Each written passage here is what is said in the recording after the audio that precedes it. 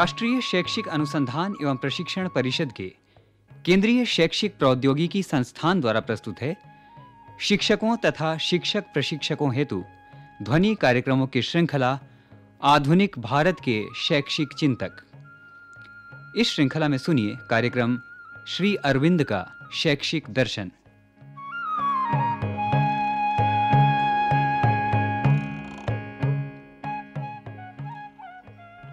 महर्षि अरविंद, जिन्हें औरोबिंदो के नाम से भी पुकारा जाता है, एक महान दार्शनिक थे। शिक्षा के क्षेत्र में उनकी दार्शनिक मान्यताओं को पूरी दुनिया में लोग गंभीरता से लेते हैं। प्रस्तुत है श्री अरविंद का जीवन और उनका शैक्षिक दर्शन।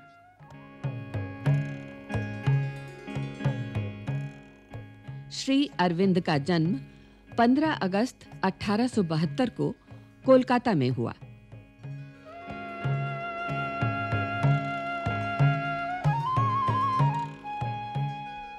उनके पिता डॉक्टर कृष्णधन घोष चाहते थे कि अरविंद की शिक्षा दीक्षा अंग्रेजी में हो और उनका लालन पालन पाश्चात्य संस्कृति में हो। अरविंद इंग्लैंड गए और उन्होंने ग्रीक, लैटिन, फ्रेंच एवं अंग्रेजी भाषाओं का अध्ययन किया। उच्च शिक्षा प्राप्त करने के बाद 1893 के प्रारंभ में वो भारत वापस आए।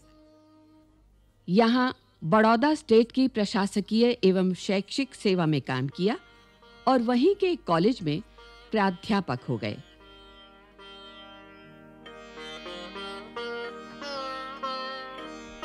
इस बीच उन्होंने धर्म, इतिहास, राजनीति, साहित्य एवं संस्कृति का अध्ययन किया। उसके बाद श्री अरविंद ने भारतीय मूल्यों पर आधारित शिक्षा की एक नई परिकल्पना प्रस्तुत की।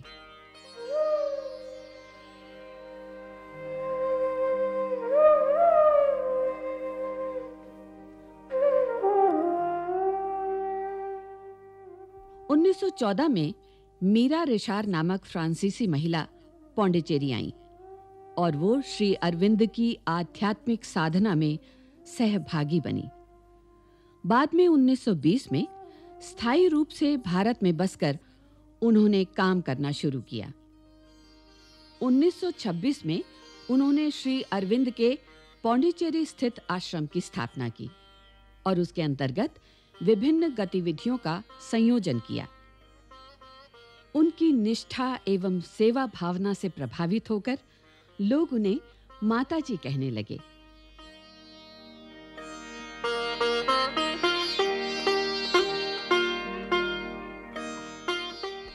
पाँच दिसंबर 1950 को श्री अरविंद ने समाधि ले ली और उसके बाद माताजी ने आश्रम का पूरा कार्यभार संभाल लिया। मनुष्य के बारे में श्री अरविंद की जो सोच थी, उसे माताजी ठोस आकार देना चाहती थी। इसी उद्देश्य से उन्होंने 1943 में श्री अरविंद अंतर्राष्ट्रीय शिक्षा केंद्र की स्थापना पौंडीचेरी में की। ये केंद्र शिक्षा जगत में शोध के संस्थान के रूप में आज भी कार्यरत है।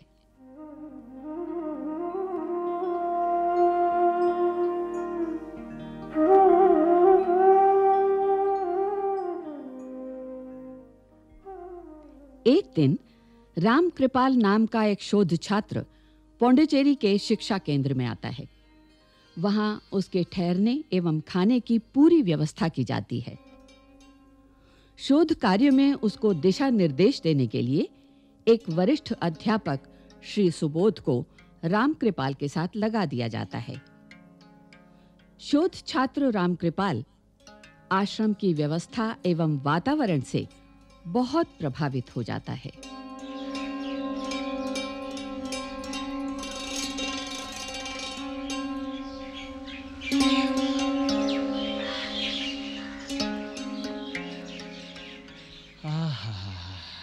वाकई यहाँ की सुबह भी कितनी मनोहर है। इन 2-4 दिनों में ही मुझे यहाँ की हर चीज से लगाव हो गया है। यही तो हमारा उद्देश्य है। हम सब एक ऐसा वातावरण बनाना चाहते हैं कि यहाँ आने वाला हर व्यक्ति अमिट स्मृतियां लेकर वापस जाए। सुबोध जी, अब तक तो हमने यहाँ के सभी विभागों, शिक्षा के तौर तरीके और व्यवस्था के बारे में काफी कुछ जान लिया है, पर अभी असली काम बाकी है। असली काम? वो क्या है भला राम कृपाल? यही कि मैं जानना चाहता हूं कि श्री अरविंद का शैक्षिक दर्शन वास्तव में क्या है। राम कृपाल जी, इसे श्री अरविंद का व्यावहारिक दृष्टिकोण ही कहा जाएगा कि उन्होंने अपने शैक्षिक दर्शन में हर पहलू पर ध्यान दिया। वो चाहे विद्यालय का वातावरण हो, चाहे छात्रों का मनोविज्ञान हो, या फिर शिक्षकों का अपना दायित्व। हाँ, मैं 1945 के आसपास श्री अरविंद के संपर्क में आया। जी, उस समय मैं बहुत छोटा था, यही कोई 14 साल की उम्र रही होगी मेरी। अच्छा। तब यह विद्यालय ऐसा नहीं था, बस छोटा सा आश्रम हुआ करता था। उस समय अंग्रेजों का शासन था और भारतीय छात्र अधिकतर पश्चिमी मूल्यों पर आधारित अंग्रेजी शिक्षा पाते थे। श्री अरविंद के पिता ने उन्हें भी उच्च शिक्षा के लिए इंग्लैंड भेजा। जी, शिक्षा पूरी कर वो अपने देश लौटे और स्वाधीनता आंदोलन से जुड़ गए। बाद में 1908 में वो जेल भी गए। इसके बाद उन्होंने प्रचलित शिक्षा प्रणाली में सुधार का लक्ष्य अपनाया और देश के सामने एक मुक्त, स्वदेशी और उद्देश्यपूर्ण शिक्षा की विचारधारा रखी। वो क्या था सुबोध जी?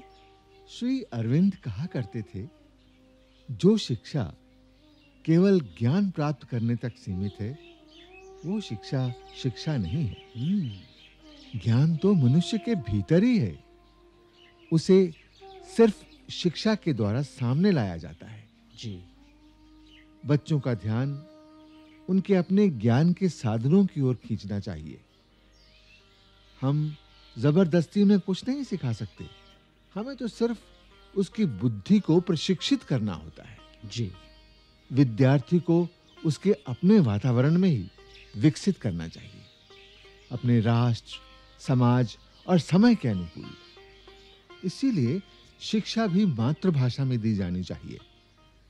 तथ्यों की जानकारी देना, डिग्रियां बांट देना ही शिक्षा नहीं।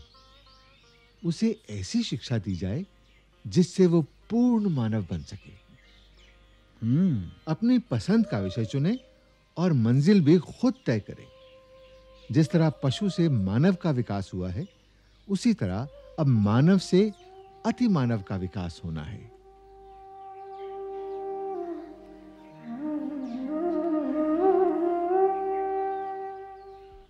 प्राचीन भारतीय शिक्षा के बारे में वो क्या सोचते थे? मुझे अच्छी तरह याद है कि श्री अरविंद ने प्राचीन भारतीय शिक्षा की बड़ी प्रशंसा की थी। जी, वो इसे उपयोगी मानते थे, पर पश्चिमी या आधुनिक शिक्षा को उन्होंने पूरी तरह नकारा नहीं। मैं कुछ समझा नहीं सुबोध जी।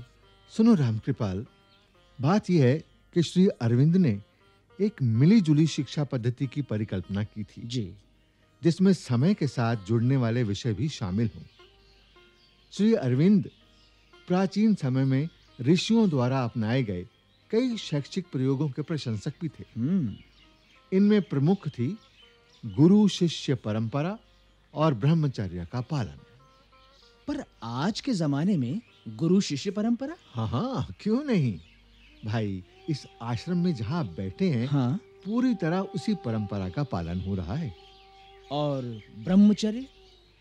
रामकृपाल जी, ब्रह्मचर्य के पालन से विद्यार्थी का मन और शरीर साफ होता है और उसमें शिक्षा को लेकर एकाग्रता आती है। जी, वो ठीक कहते थे कि प्राचीन भारतीय शिक्षा प्रणाली की सफलता का रहस्य भारतीय शैक्षिक चिंतन ही था।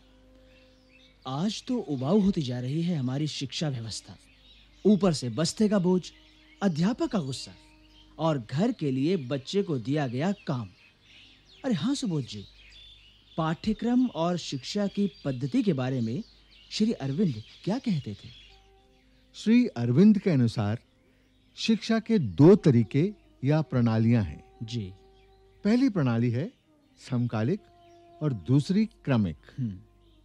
पहली पद्धति जरा आधुनिक है, जिसमें बहुत से विषयों की थोड़ी-थोड़ी पढ़ाई एक ही समय में की जाती है। जी हाँ। पर इसका नतीजा ये होता है कि जिस विषय का पूरा ज्ञान 1 साल में हो सकता है, वैसा 7 वर्षों में भी नहीं मिल पाता। जबकि दूसरी यानी क्रमिक प्रणाली ज्यादा अच्छी है, जो प्राचीन समय में लागू थी। इसमें 1-2 विषयों की शिक्षा गहराई से पाने के बाद ही बाकी विषय छुए जाते थे। पाठ्यक्रम तय करते वक्त अगर इन बातों का ध्यान रखा जाए तो अच्छा होगा। बिल्कुल ठीक। वास्तव में श्री अरविंद चाहते थे कि शिक्षा का कार्य लचीलेपन के साथ हो, ना कि बनावटी या कठिन। वो इससे भी इनकार करते थे कि एक ही विषय ज्यादा पढ़ने से छात्र की दिलचस्पी कम हो जाती है। शायद इसीलिए वो बच्चे की रुचि पहले ही समझकर शिक्षा देने को ठीक मानते थे। जी, अब आप ये बताइए कि श्री अरविंद ने अध्यापकों के कर्तव्य के बारे में क्या कहा? असल बात तो यह है कि उनका शैक्षिक दर्शन अध्यापकों पर ही केंद्रित है। जैसा कि मैंने बताया, शिक्षा बालक की मानसिक क्षमता और वातावरण के अनुरूप ही दी जानी चाहिए। जी। अब सवाल यह है कि शिक्षक ऐसा क्या करे और क्या न करे कि शिक्षा के नतीजे अच्छे आएं। श्री अरविंद के मुताबिक हर व्यक्ति में दिव्यता का अंश है। उसकी अपने कुछ शारीरिक और मानसिक खूबियां हैं। बस इन्हें खोजना और प्रयोग में लाने लायक बनाना ही शिक्षक की पहली जिम्मेदारी है। अध्यापक सिखाने वाला न होकर सहायक और मित्र हो। वो बच्चे में सभी 6 इंद्रियों के ठीक उपयोग की क्षमता विकसित करे। 6 इंद्रियों में? भला ये कैसे हो सकता है? हमारी तो 5 ही इंद्रियां हैं। दरअसल छठी इंद्री से श्री अरविंद का तात्पर्य है बच्चे का मानस। ओह। ये 5 इंद्रियों दृश्य, श्रव्य, ध्यान, स्वाद, स्पर्श के रूप में वस्तुओं को ग्रहण कर उन्हें विचार संवेदना के रूप में परिणत करता है। जी। श्री अरविंद के अनुसार शिक्षक का काम सुझाव देना है, कुछ थोपना या लादना नहीं। वो तो छात्र को बस ये बताए कि उसमें कौन-कौन सी दक्षताएं छिपी हुई हैं और इसे बाहर लाने के लिए वो किस तरह का प्रयास करे। शिक्षक को मूर्ति निर्माता की तरह समझना गलत है, बल्कि उसे तो एक ना दिखाई देने वाली चीज अर्थात मन से संबंध बनाना होता है। जी हां। उनके शिक्षा सिद्धांत का महत्वपूर्ण पहलू यह है कि वो विद्यार्थी के संपूर्ण विकास पर जोर देते थे। यानी शिक्षा ऐसी हो जिससे व्यक्ति का शारीरिक, मानसिक, आध्यात्मिक और आंतरिक विकास हो सके। जी बिल्कुल। श्री अरविंद के एकीकृत शिक्षा यानी पूर्ण शिक्षा के सिद्धांत में वो सारी बातें शामिल हैं जिसकी ठीक-ठीक व्याख्या माताजी करती हैं, जिन्होंने इस पद्धति को व्यावहारिक रूप देने में अपना सारा जीवन लगा दिया।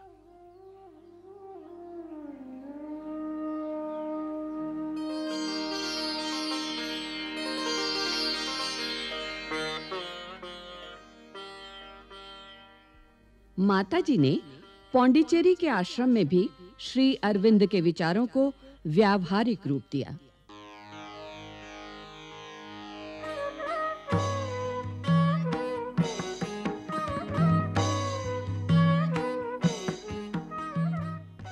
श्री अरविंद की शिक्षा की जो समग्र दृष्टि थी, उसको ठोस व्यावहारिक धरातल पर लाने का काम माताजी ने किया।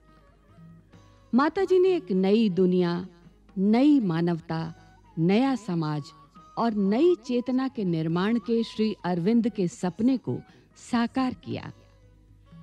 इसका आदर्श पूर्ण शिक्षा है, जिसके माध्यम से मनुष्य अपनी आंतरिक पूर्णता प्राप्त करने के लिए सम्मिलित रूप से प्रयास करता है। श्री अरविंद आश्रम में आध्यात्मिक मूल्यों से अनुप्राणित मनुष्य के संपूर्ण विकास के लिए उपयुक्त वातावरण है।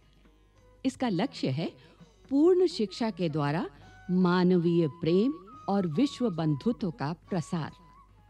यहाँ किसी भी जाति, भाषा, धर्म या क्षेत्र के लोग प्रवेश ले सकते हैं।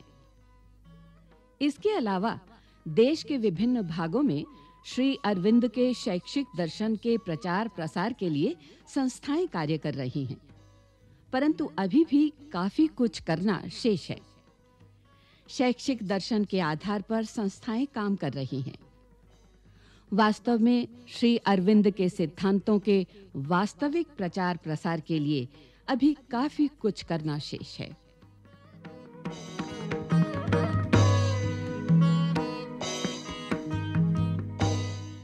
उधर शोध छात्र राम कृपाल ने श्री अरविंद के बारे में पौंडीचेरी से सारी जानकारियां जुटाने के बाद लौटने की तैयारी की और वहां से एक संकल्प के साथ चल पड़ा।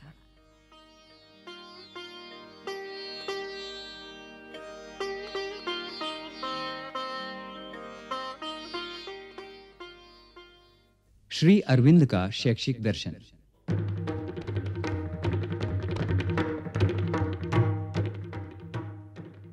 अभी आप सुन रहे थे ये कार्यक्रम।